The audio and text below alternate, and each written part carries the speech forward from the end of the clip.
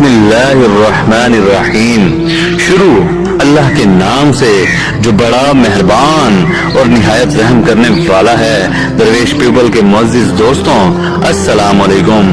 محترم ناظرین، مسلمانوں کی کتنی ہی ایجادات ہیں جو ہماری نظروں سے اوجھل ہیں، حالانکہ دنیا کی مفید اور ضروری ایجادات بیشتر مسلمانوں اور عربوں کی مرہون منت ہیں، اور وہ اس وقت ایجاد ہوئی ہیں جبکہ متمدن دنیا میں کہیں یورپ و اہل یورپ کا ذکر تک نہ تھا۔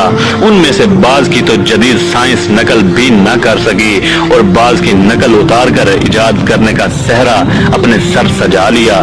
یورپ والوں نے جابر بن حیان کو گیبر، ابن رشد کو اویرو، ابن سینا کو ایونا اور ابن الہیشم کو الہیزن کہنا شروع کیا تاکہ ان کا مسلمان اور عرب ہونا ثابت نہ ہو۔ یہی وجہ ہے کہ آج ہمارا سائنس کا طالب علم خالد بن یزید، زکریا، رازی، ابن سینا، الخوارزمی، ابو ریحان البیرونی، الفارابی، ابن مسکویہ، ابن رشد، کندی، ابو محمد خوبدی، جابر بن حیان، موسیٰ بن شاکر، البطانی، ابن الہیشم، عمر خیال، المسعودی، ابو الوفا اور الزہراوی جیسے عظیم سائنسدانوں کے حالات زندگی اور سائنسی کارناموں سے یکسر ناواقف ہے۔ آج ہم آپ کو مسلمان سائنسدانوں میں سے کچھ کے سائنسی کارنامے بتاتے ہیں۔ ابن سینا کی کتاب القانون، بصری کی کتاب الحیوان اور ابو القاسم کی جراحی 17ویں صدی عیسوی تک یورپ میں نصابی کتب کے طور پر پڑھائی جاتی رہی۔ ناظرین گرامی، ان کتابوں میں انسانی دماغ اور اعصاب کی تصاویر بنی ہوئی تھی۔ ابن سوری کی کتاب میں خشک جڑی بوٹیوں کی رنگین تصاویر بنی ہوئی تھی۔ یہ کتاب عربوں کی پہلی رنگین مصور کتاب قرار دی گئی۔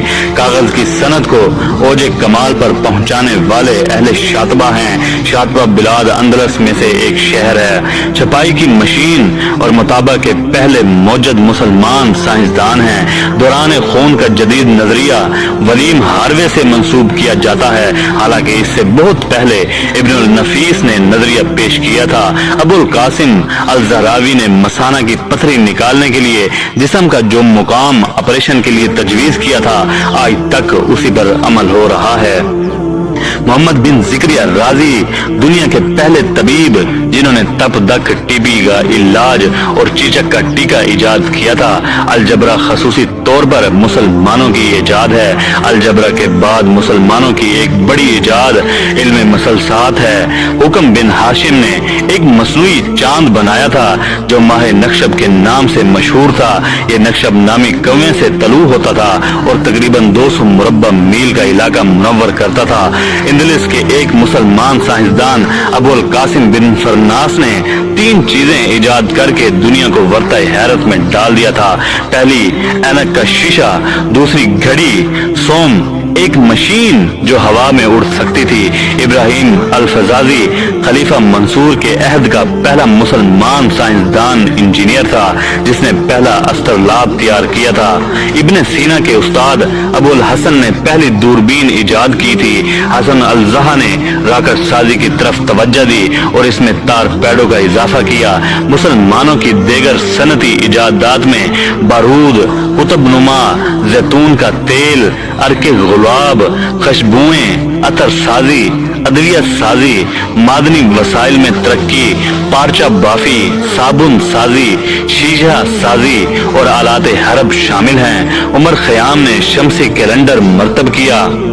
سورج اور چاند کی گردش، سورج گرہن، العلم المیقات اور بہت سے سیاروں کے بارے میں غیر معمولی سائنسی معلومات بھی البیرونی جیسے نامور مسلم سائنسدان نے فراہم کی اور انہیں تحریری شکل دی۔ عباس بن فرناس وہ عظیم سائنسدان ہے جس نے دنیا کا سب سے پہلا ہوائی جہاز بنا کر اڑایا۔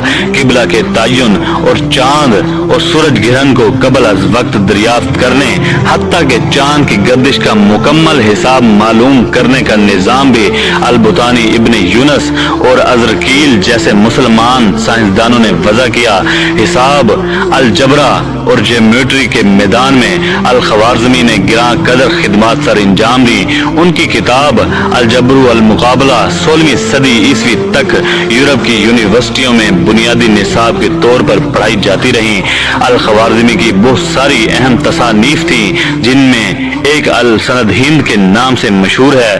کتاب الجبر المقابلہ کو انہوں نے لوگوں کی روزمرہ ضروریات اور معاملات کے حل کے لیے تصنیف کیا، جیسے میراث، وصیت، تقسیم، تجارت، خرید و فروخت، کرنسی کا تبادلہ، کرایہ، عملی طور پر زمین کا قیاس، دائرہ اور دائرہ کے قطر کا قیاس، بعض دیگر اجسام کا حساب جیسے ثلاثہ اور مخروط وغیرہ۔ وہ پہلے سائنسدان تھے جنہوں نے علم حساب اور علم جبر کو الگ الگ کیا اور جبر کے علمی اور منطقی انداز میں پیش کیا۔ طبیعات اور حرکیات ابن سینا، الکندی، نصیر الدین توسی اور ملا صدرہ کی طبیعت کی خدمات ابتدائی طور پر بہت اہمیت کی حامل ہیں۔